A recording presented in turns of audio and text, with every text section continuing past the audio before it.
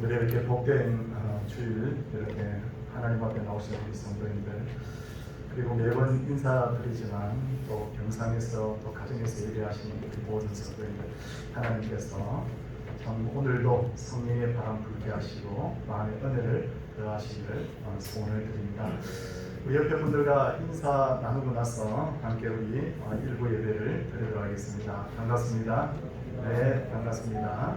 이제 묵상 기도하겠습니다.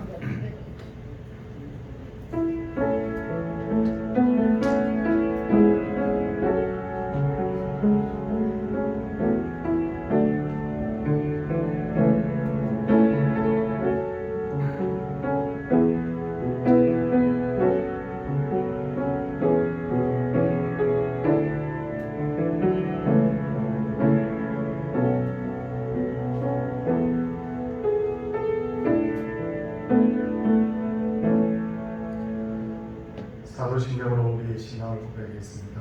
나는 전능하신 아버지 하나님 천지의 창조주를 믿습니다. 나는 그의 유일하신 아들 우리 주 예수 그리스도를 믿습니다. 그는 성령으로 잉태되어 동정녀 마리아에게 승하시고 본디오 빌라도에게 고난을 받아 십자가에 못 박혀 죽으시고 장사된 지 사흘 만에 죽은 자 가운데서 다시 살아나셨으며 하늘에 오르시어 전능하신 아버지 하나님 우편에 앉아 계시다가 거기로부터 살아있는 자와 죽은 자를 심판하러 오십니다. 나는 성령을 믿으며 거룩한 공교회와 성도의 교제와 죄를 용서받는 것과 몸의 부활과 영생을 믿습니다. 아멘. 찬송 250장입니다.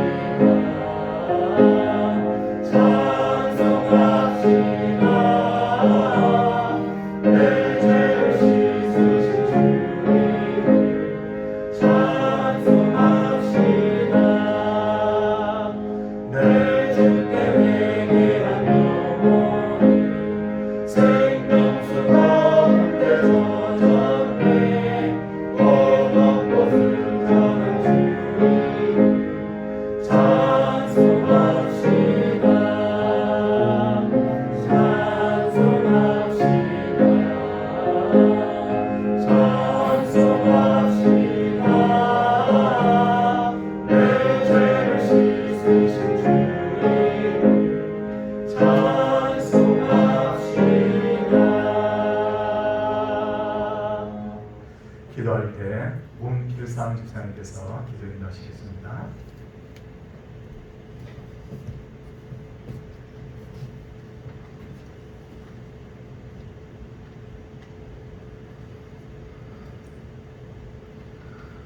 은혜가 풍성하신 하나님, 나의 갈 길 다오도록 인도하여 주시고 어려운 일을 당할 때도 족한 은혜 주시는 그 사랑 감사를 드립니다. 목마른 사슴이 시름을 찾듯이 오늘도 주님 인도하심에 따라 간절한 소망을 가지고 주님 앞에 섰습니다. 우리 심령을 반석의 생물로 적셔주시고 채워주시옵소서. 하늘의 소망을 주신 주님을 찬양합니다. 이 시간 주님과 함께하는 귀한 예배의 시간이 되게 하여 주시옵소서. 주님의 사랑을 받은 자로서 사랑을 나누고 또한 베풀어 살아가야 하는데 늘 부족함이 많음을 해결합니다. 용서하여 주시옵소서. 오늘도 나의 믿음 생활을 되돌아보며 주님께서 바라시는 성도의 삶을 살아갈 수 있도록 도와주시고 인도하여 주시옵소서. 주님의 몸된 서울 동산교회를 우리에게 주시고 영혼의 안식처를 마련해 주신 주님께 감사를 드립니다. 우리에게 주어진 사명을 잘 감당하게 하여 주시고 헌신과 사랑으로 봉사하며 열심을 다하여 풍성한 인내를 맺는 동산이 되게 하여 주시옵소서. 주님, 이 시간 우리들의 간절히 바라고 소망하는 기도가 있습니다. 온 세계가 질병으로 인하여 큰 어려움을 겪고 있습니다. 긴 장마와 폭우로 인하여 나라 전체가 수해로 인하여 어려움을 겪고 있습니다.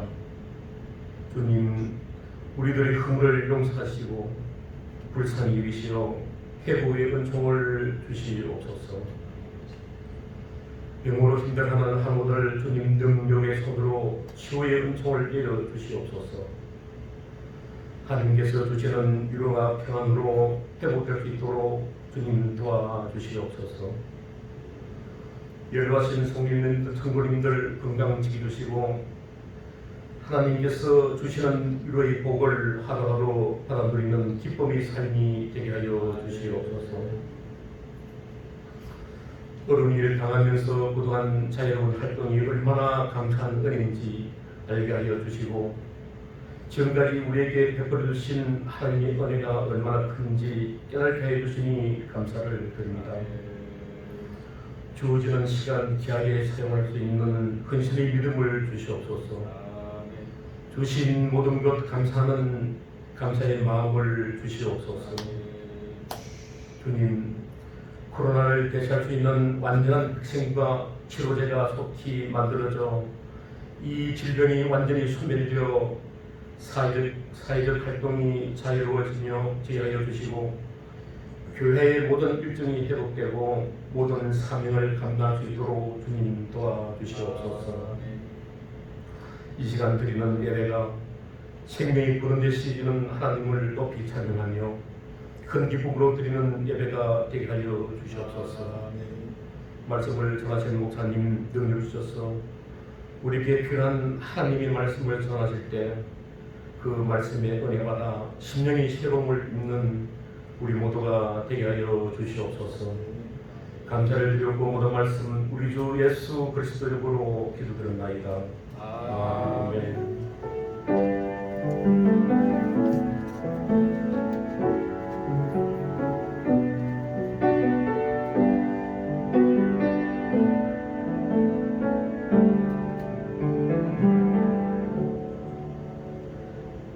하나님의 말씀은 마태복음 9장 9절에서 13절까지 말씀입니다.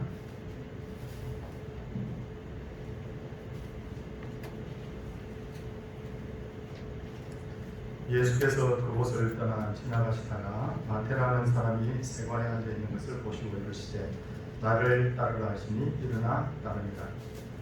예수께서 마태의 집에서 앉아 음식을 잡수실 때 많은 세리와 주인들이 와서 예수와 그의 제자들과 함께 앉았더니 바리새인들이 보고 그의 제자들에게 이르되 어찌하여 너희 선생은 세리와 주인들과 함께 잡수시느냐. 예수께서 들으시고 이르시되 건강한 자에게는 의사가 쓸데없고 병든 자에게라야 쓸데있느니라. 너희는 가서 내가 긍휼을 원하고 제사를 원하지 아니하노라 하신 것이 무엇인지 배우라. 나는 의인을 부르러 온 것이 아니요 죄인을 부르러 왔노라 하시니라. 아멘. 그동안 계속해서 우리 찬양대 활동을 못했습니다. 그래서 오늘은 아무래도 코로나 또 위험도 있고 해서 제가 최소 인원만 이렇게 활동할 수 있도록 이렇게 했습니다. 아무래도 서로 안전하게 하기 위해서 마스크를 하고 또 찬양을 하게 되는데 그런 중에도 하나님 영광 받으시고 우리 성도들이 은혜 받는 그런 찬양이 되기를 바랍니다.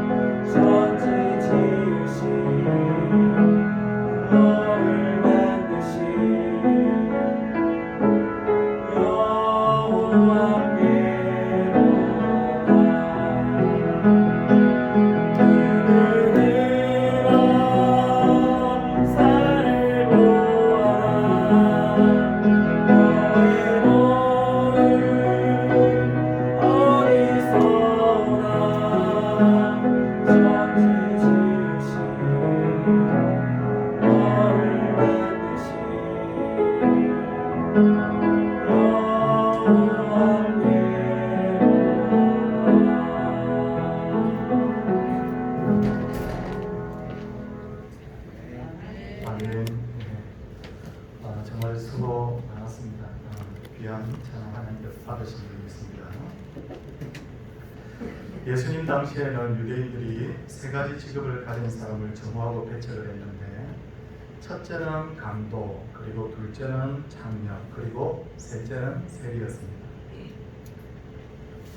세리는 당시에 이스라엘을 식민 지배하고 있던 로마 정부를 대신해서 세금을 받는 유대인들을 가리켰는데 이들은 같은 민족에게서 세금을 뜯어내기 위해서 온갖 잔인한 방법을 사용했고 법에 정해진 이상의 세금을 걷어서 자기의 배를 불렸습니다.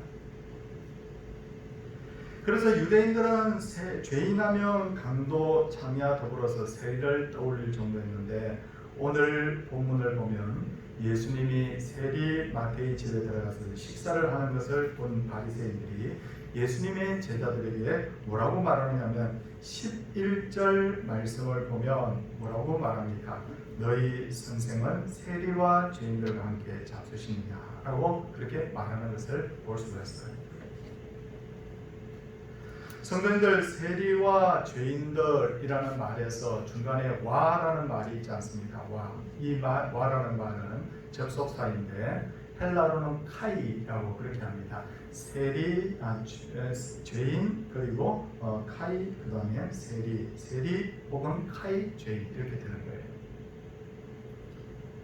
근데 이 카이라는 뜻이 그리고라는 어떤 접속사도 되지만 또 하나로 해석할 수 있는 것이 뭐냐면 이러는 그런 뜻도 가지고 있습니다. 그러므로 너희 선생은 세리와 죄인들과 함께 잡수시느냐라는 말을 너희 선생은 세리, 즉 죄인들과 함께 잡수시느냐 이렇게 번역을 할 수 있다는 거예요.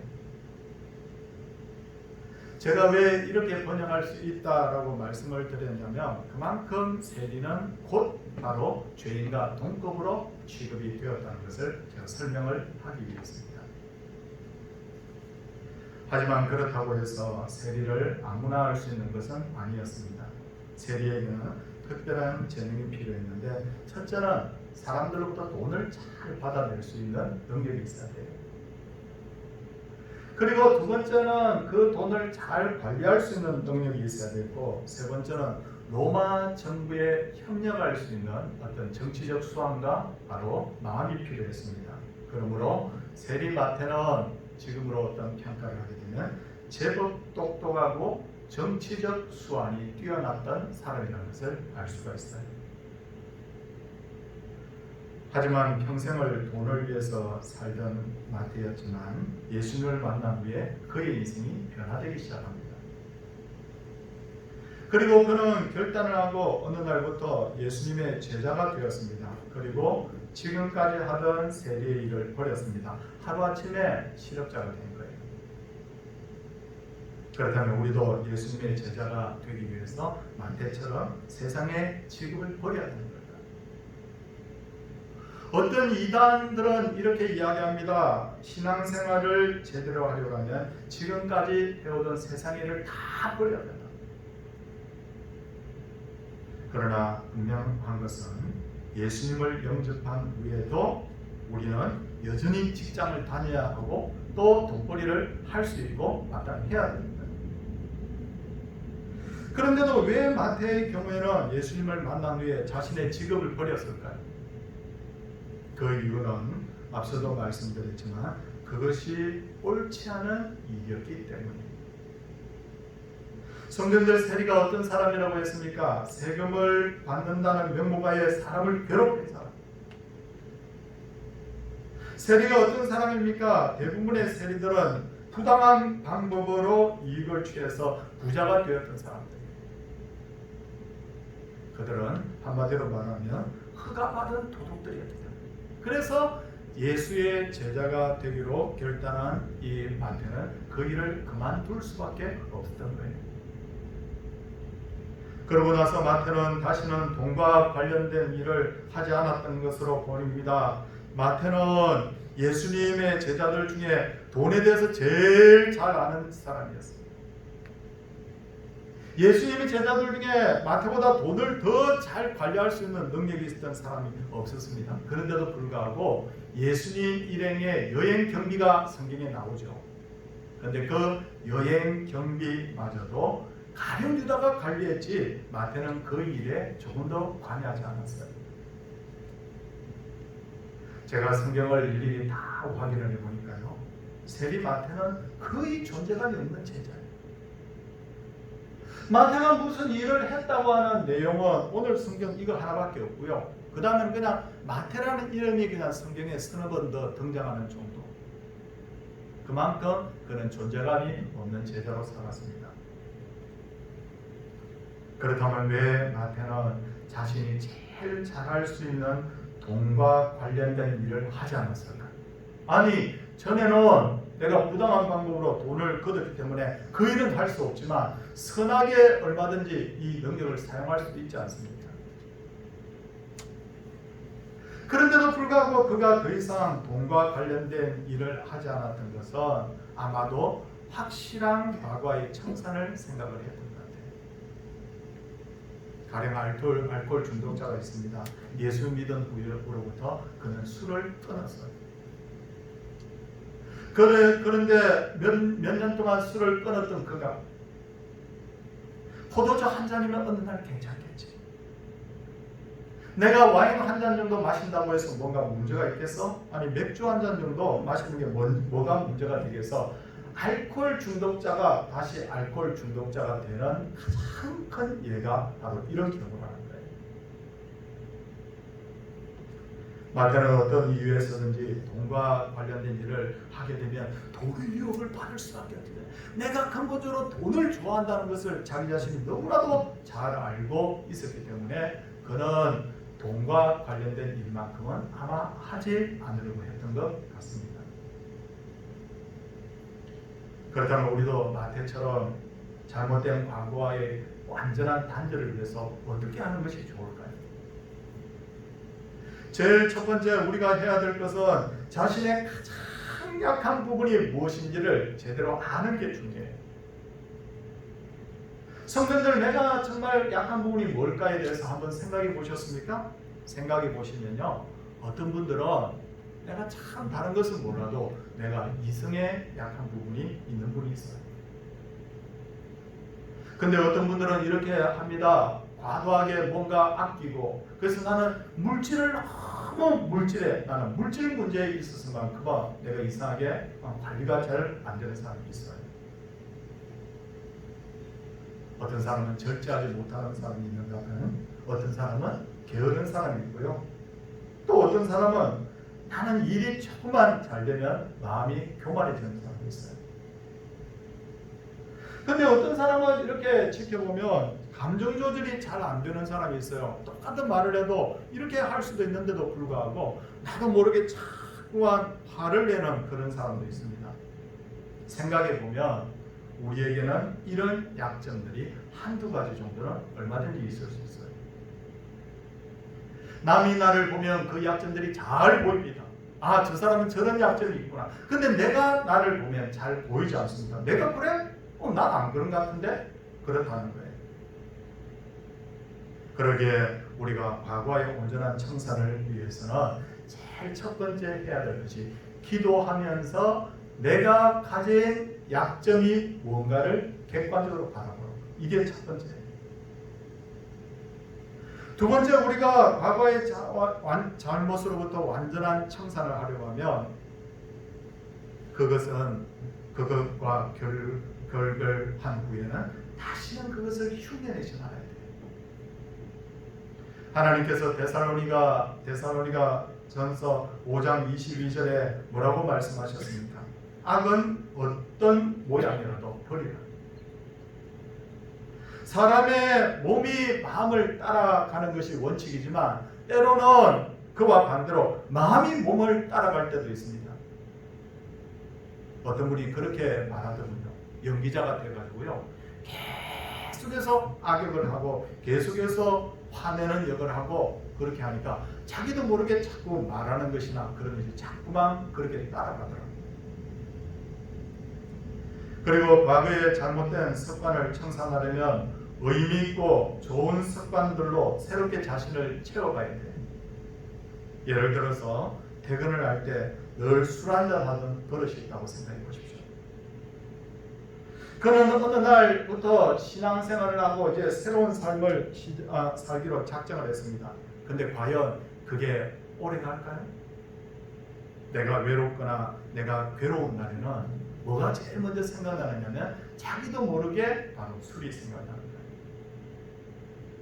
왜 그런가 하면 내가 습관을 버렸다고는 하지만 그 습관이 내 마음에서 떠난 거기에 뭐가 남냐면 공백이 남거든요. 근데 그 공백을 그대로 비워두면 다시 옛 습관이 다시 그 자리를 채우려고 하기 때문에 이럴 때 가장 좋은 방법이 뭐냐? 새로운 습관을 들이는 거예요. 좋은 어떤 취미나 일로 그것을 채워가는 거예요. 공백을 채워야 돼요. 퇴근 후에 술 마시던 사람이 퇴근 후에 좋은 취미 활동을 한다든지 운동을 한다든지 혹은 성경 공부를 한다든지 이렇게 몇 달만 노력을 하면 새롭고 좋은 습관이 몸에 배이게 되는 겁니다. 그러면 잘못된 습관으로부터 쉽게 벗어날 수 있습니다. 자, 다시 우리 성도님들 원점으로 돌아서 한번 마태에 대해서 생각해 보겠습니다. 마태는 더 이상 죄를 짓지 않기 위해서 돈과 관련된 일을 하지 않았다고 했죠. 대신 뭘 하느냐면 그 비상한 머리로 뭘 하느냐면 새로운 일을 구상하고 있었는데 그것은 바로 예수님의 행적을 세상에 알리는 거였어요. 마태는 이 일을 위해서 붓을 들었고 성령 하나님께서 그의 마음에 감동을 주셔서 그의 기억에 착오가 없게 하셨고 하나님께서 나타내주셨는 뜻과 계획을 그대로 기록하게 하는 거예요. 그게 뭐냐? 바로 마태복음입니다. 참고로 성경 기록에 대해서 기독교 내에서도 다양한 주장들이 있는데 성도들 제가 세 가지로 말씀을 드리면 첫 번째는 자유주의 계열의 신학자들은 뭐라고 말하냐면 이 성경은 뭐냐면 구전되어 오던 이야기들을 사람들이 집대서 넣은 거예요. 그동안 조상들로부터 전해오던 이야기를 그 후손들이 듣고 그 전해오던 이야기들을 이렇게 모아가지고 만든 게 바로 성경이다.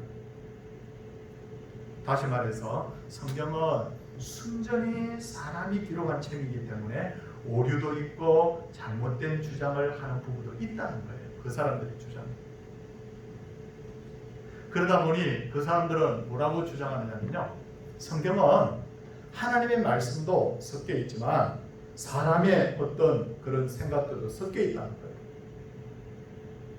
그래서 이 사람들이 그 하나님의 말씀과 사람의 말을 찾아내기 위해서 분리하기 위해서 하는 것이 뭐냐면 고등 비평, 그 다음에 하등 비평.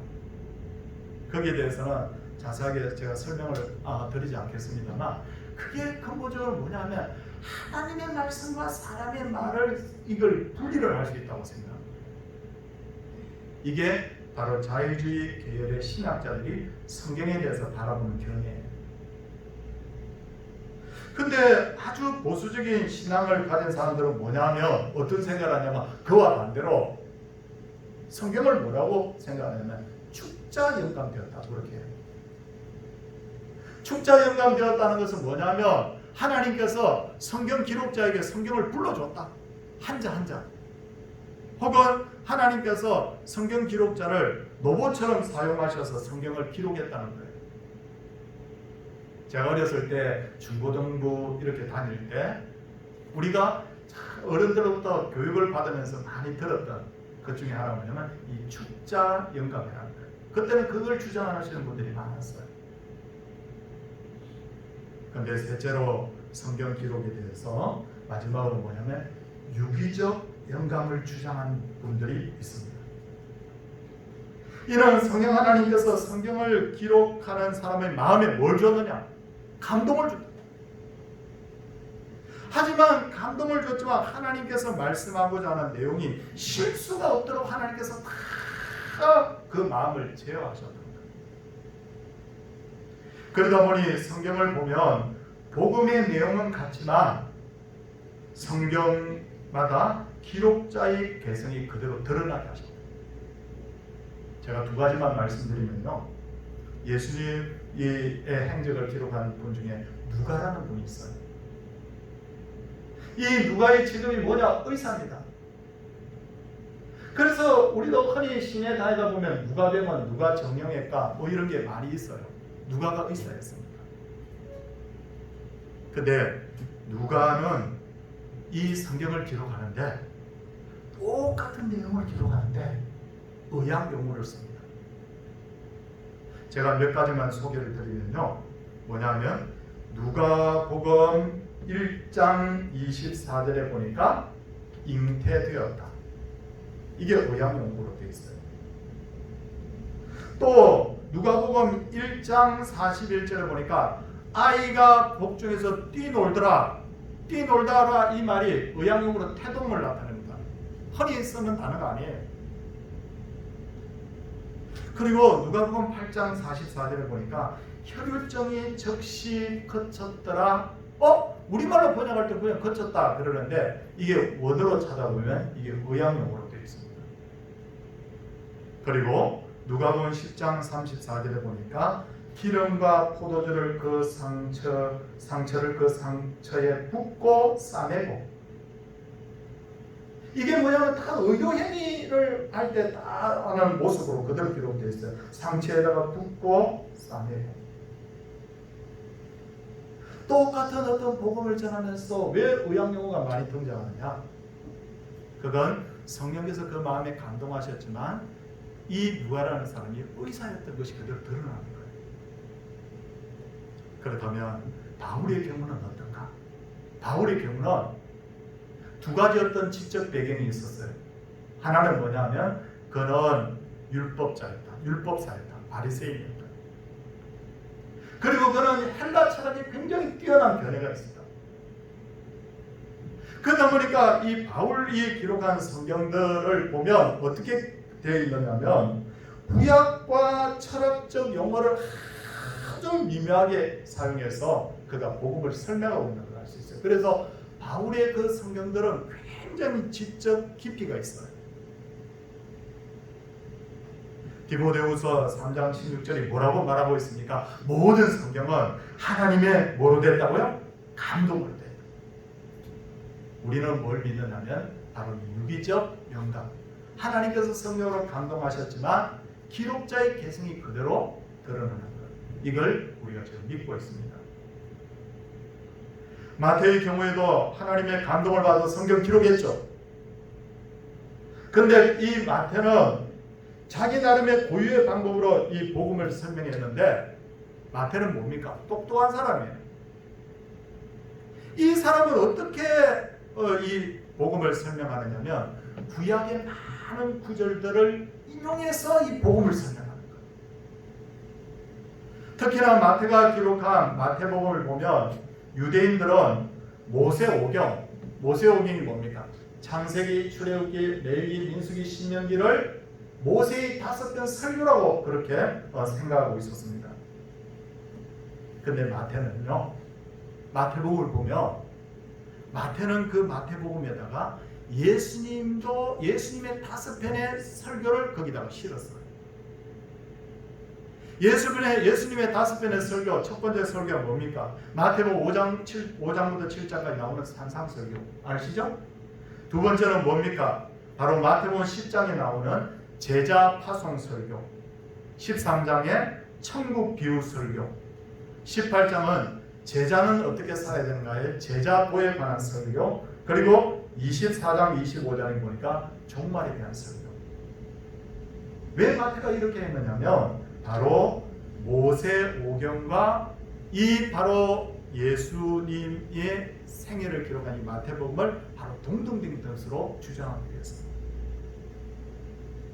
우리도 우리의 언어로 그리고 우리의 지식과 경험을 가지고 얼마든지 복음 전할 수 있어요. 어떤 분들은 고민합니다. 내가 가족들에게 복음 전해야 되는데, 친구들에게 복음 전해야 되는데 어떻게 전해야 될지 모르겠어. 고민할 필요가 하나도 없어요. 어떻게 전해야 됩니까? 내가 만난 하나님을 내가 느낀 그대로 나의 언어로 전하면 되는 거예요. 성도님들 다시 말씀드립니다. 마태는 마태식으로 복음 전했어요. 맞죠? 바울은 바울식으로 복음 전하고 누가는 누가식으로 복음 전한 거예요. 복음을 전하는데 막 굉장히 똑같은 일치된 어떤 그런 걸 가지고 있어야 되는 거 아니라는 거예요. 제가 하나 이렇게 경험으로 이렇게 보면요, 우리가 신학교에서 이렇게 성경을 가르치는 교수님들이 보면 성경에 대한 지적 수준이 굉장합니다. 공부를 오래 했기 때문에. 근데 그렇다고 해서 그 신학교 교수님들이 복음을 잘 전할까요? 그것도 아니더라고요. 신학교 교수님들이 복음을 전하는데 사람을 앉혀놓고 아주 정확하게 이 성경의 원리를 설명을 해도 사람의 마음이 움직이지 않는 것, 그런 걸 우리가 흔히 보게 됩니다. 성도님들, 베드로의 형제 안드레는 베드로에게 복음 전했던 사람이에요. 그가 예수님이라는 분이 설교를 하러 다닌다는 이야기를 듣고 나갔다가 예수님의 설교를 듣고 마음에 감동을 받았어요. 그리고 이분이 바로 메시아라는 것을 발견하게 된 거예요. 근데 문제가 뭐냐면 안드레는 어부였기 때문에 공부가 이 지적 수준이 낮은 거예요. 내가 논리적으로 내가 베드로 내 형제에게 복음을 전하고 싶은데 안 되는 거예요. 그렇지 않아요? 뭔가 내가 설교를 듣고 감동을 받았는데 내가 분명한 믿음이 생겼는데 성령이 내 마음을 만져주셨는데 설명이 안 돼. 그때 안드레가 뭐라고 합니까? 이 베드로를 찾아와서 우리가 메시아를 만났다. 그렇게 소개합니다. 그리고는 뭐라고 합니까? 직접 그를 예수님께 데리고 오는 거예요. 도저히 전달 방법이 생각나지 않은 분들은 안드레처럼 하면 되는 게 내가 진짜 예수님이 메시아야 라는 게 난 믿어져. 근데 너에게 소개하고 싶은데 소개할 방법이 없어. 우리 교회 한번 가자. 어떤 여성도님이 남편에게 복음을 전하고 싶은데 오랫동안 기도해도 어떻게 복음을 전해야 될지 알 수 없어서 안드레처럼 복음 전하고 싶어서 그를 교회로 데리고 옵니다. 기도 많이 하고 남편이 오늘 목사님으로부터 이 멋지게 복음을 소개받고 마음이 움직일 거다. 근데 실망스럽게도요, 그날 목사님이 본문으로 채택한 성경이 뭐냐면 창세기 5장. 창세기 5장에 무슨 내용이 나오냐면 바로 이 아담의 후손들의 바로 계보가 나오는 거예요. 근데 그 아담 후손들의 계보가 어떻게 되어 있느냐면 몇 살까지 살다가 몇 살에 죽었다, 이 내용이 전부 다거든요.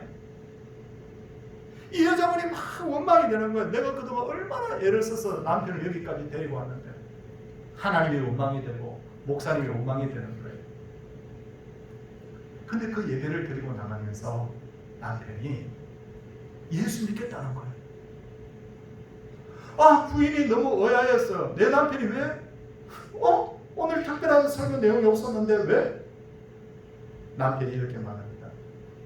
성경에 보니까 800년을 살고 900년을 살아도 결국은 다 죽더라. 그 내용에 자기는 마음이 움직였던 거예요. 성도님들, 저도 설교를 듣기도 하고 설교를 하기도 하고 하지만 설교 전체가 다 감동이 되고 기억이 되는 게 아니더라고요. 그날 내게 주시는 그 한마디가 나에게 마음에 탁 화살처럼 꽂힐 때가 있어요. 영혼을 사랑하는 마음, 복음을 전하고자 하는 마음과 열심만 있으면 주님께서는 나의 이 말과 나의 지식과 나의 경험을 사용하신다는 것을 분명히 알아야 됩니다. 아울러 복음의 비밀을 깨달은 마태가 가장 먼저 자기 민족과 곧 유대인들을 구원하기 위해서 복음을 기록한 것이 바로 이 마태복음인데, 성도님들은 유대인들에 대해서 얼마나 아시는지, 그 유대인들은요 성경을 믿어요. 근데 그 성경을 어디까지만 믿느냐면 구약 성경만 믿어요. 신약은 안 믿어요. 근데 그 구약에 뭐라고 되어 있느냐면 바로 장차 메시아가 이 땅에 올 것이다. 이 내용이 성경에 너무 많이 기록되어 있어요. 그리고 유대인들은 예수님 당시에도 마찬가지고 지금도 이 땅에 오신 메시아를 지금도 기다리고 있습니다. 그들은 메시아가 이 땅에 오지 않았다고 생각하고 있어요. 그것을 알고 있었던 안테는 우리 동족 유대인들에게 복음 전해야 되는데 어떻게 전하지? 그렇지, 이렇게 전해야 되겠구나. 그는 구약을 인용을 많이 합니다. 몇 번을 인용하느냐면 카운트를 해보면 구약 성경을 65번을 인용합니다. 매 장마다 약 3번씩 구약을 인용합니다. 그리고 뭐라고 말하냐면 구약에서 말하던 메시아가 바로 누구다? 예수 그리스도. 그리고 구약 성경에는 장차 이 땅에 오시는 메시아는 뭐냐? 다윗의 혈통에서 날 것이라고 되어 있어요. 마태는 이 마태복음에서 이분이 바로 다윗의 자손 예수님이다를 몇 번을 이렇게 말하냐면 9번을 주장합니다. 왜 이렇게 하느냐면 유대인들이 기다리던 바로 메시아가 바로 누구다? 바로 예수 그리스도. 이걸 말하기 위해서입니다. 성도님들, 마태복음은 둘로 나누어질 수 있습니다. 전반부는 뭐가 되느냐면요, 예수 그리스도께서 천국 복음을 전파하시고 가르치시며 병을 고치신 이야기가 나와요. 근데 후반부는 뭐가 나오느냐면, 후반부는 뭐냐면 십자가 부활에 대한 이야기가 나옵니다. 성경에서 마태복음을 딱 절반을 가르면요, 앞에는 뭐냐면 예수님의 3년의 공사이고, 뒤에는 예수님이 십자가 지시기 전에 한 일주일 정도 있었던 내용들을 바로 다루고 있어요. 근데 이 마태복음의 전반부와 후반부를 가르는 중요한 사건이 하나 있었는데, 그 사건이 뭐냐면 예수님이 사람들이 나를 누구라 하느냐, 제자들에게 묻습니다. 그리고 마지막에 뭐라고 묻습니까? 제자들을 향해서 너희는 나를 누구라 하느냐고 물으니까 베드로가 대표가 돼서 주는 그리스도시요 살아계신 하나님의 아들이신다, 이 말합니다. 이게 뭐냐? 바로 마태복음의 전반부와 후반부를 가르는 핵심 내용이라는 거예요. 마태가 왜 이 내용을 가장 중앙에 뒀느냐면 바로 예수 그리스도의 그 주되심이 바로 이 복음의 핵심이라는 것을 그가 말하고 싶었던 거예요. 끝으로 마태는 어떤 식으로 마태복음의 대미를 장식하느냐, 마태복음의 제일 마지막으로 보면요, 모든 민족으로 제자를 삼아라는 그 내용이 있습니다. 성도님, 이걸 우리가 뭐라고 말하느냐면 지상명령이라고 한다고 그랬죠. 지상명령이란 뭡니까? 땅에서 한 명령, 그 땅지자 아니에요. 지극할 지자예요. 최고의 명령이에요. 그레이트 커맨드예요. 근데 참 이게 의외인 것은 뭐냐면요, 유대인들은 편지를 쓸 때, 기록물을 남길 때 제일 마지막에 습관적으로 하는 게 뭐냐면 마무리를 할 때 전체의 내용을 요약하거나, 두 번째 하는 게 뭐냐면 인사말을 건네거나, 마지막 세 번째는 뭐냐면 너희에게 은혜가 있을지어다 라고 하면서 축복하는 거예요. 근데 마태는 이 마태복음의 제일 마지막을 뭘로 기록을 했느냐면 모든 민족으로 제자를 삼으라, 아버지와 아들과 성령의 이름으로 세례를 주라. 바로 주님께서 우리에게 가르치시고 분부하신 것을 가르쳐 지키게 하라, 이거예요. 왜 이 말로, 아니 인사말로 끝내야 되는데 왜 이 말로 끝냈냐면 사역의 계속성을 바로 염두에 두고 그렇게 한 거예요. 사랑하는 성도님들, 우리는 마태처럼 약점과 허물이 많은 사람입니다. 그런데도 주님께서 우리를 불러주셨어요. 이 시간에 말씀드립니다. 이제는 과거의 허물과 약점을 다 벗어버리고 참된 예수의 제자가 되어서, 아니 마태도 쓰임 받았는데, 아니 그렇게 살인자였던 바울도 쓰임 받았는데, 우리도 능히 하나님께서 우리를 사용하시는 것을 우리가 믿고 하나님께 우리를 맡길 수 있기를 바랍니다. 내가 복음을 사랑하고 정말 내가 복음을 해서 살겠다는 마음만 있으면, 성령이 나를 잡으시기만 하면 하나님이 능히 나를 사용하신다는 것을 믿고, 오늘도 나의 몸과 마음을 주님께 드려서 하나님께서 사용하시는 역사가 있기를 주의 이름으로 축원을 드립니다. 찬송하도록 하겠습니다. 436장입니다.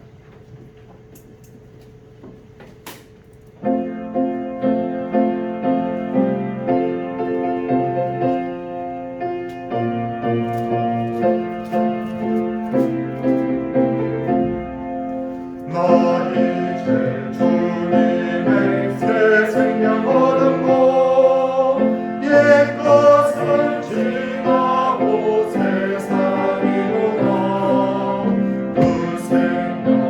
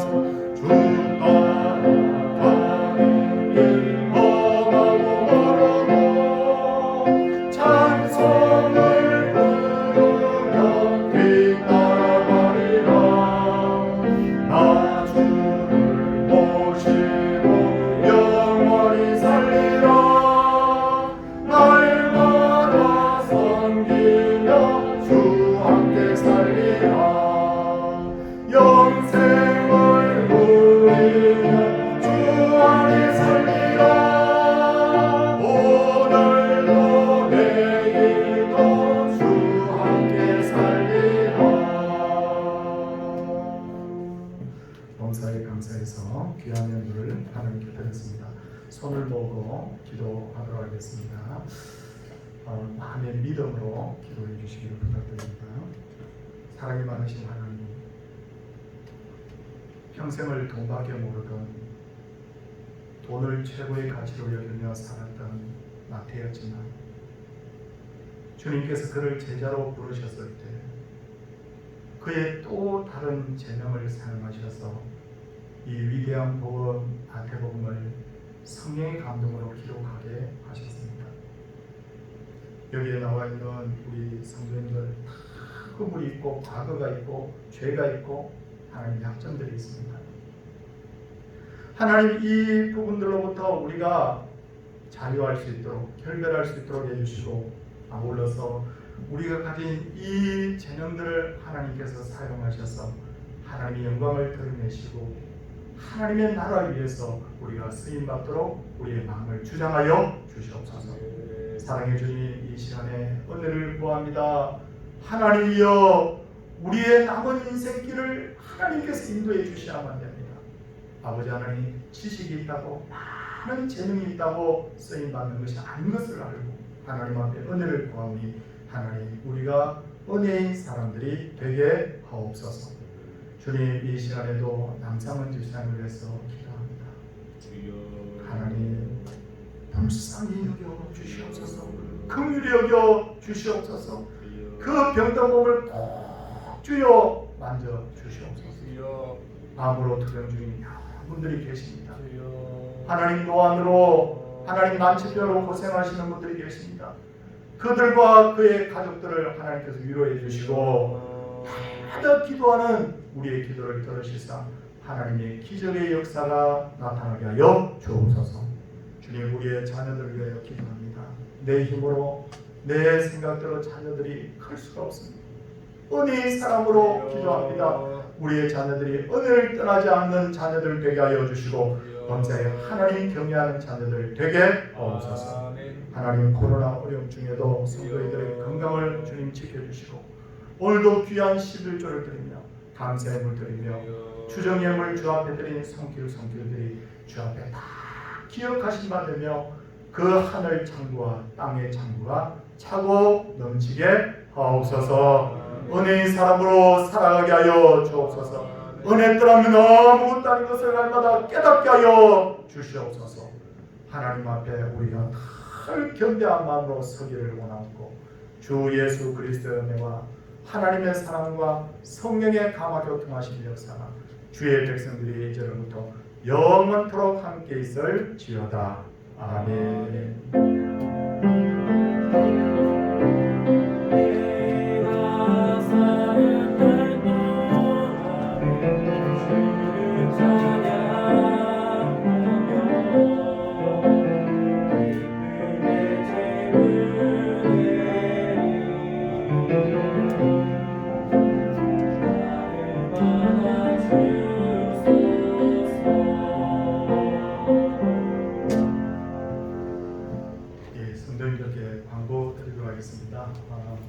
첫 번째는 저와 우리 사무관 사님은 이제 내일부터 한 주간 정기 휴가에 들어갑니다.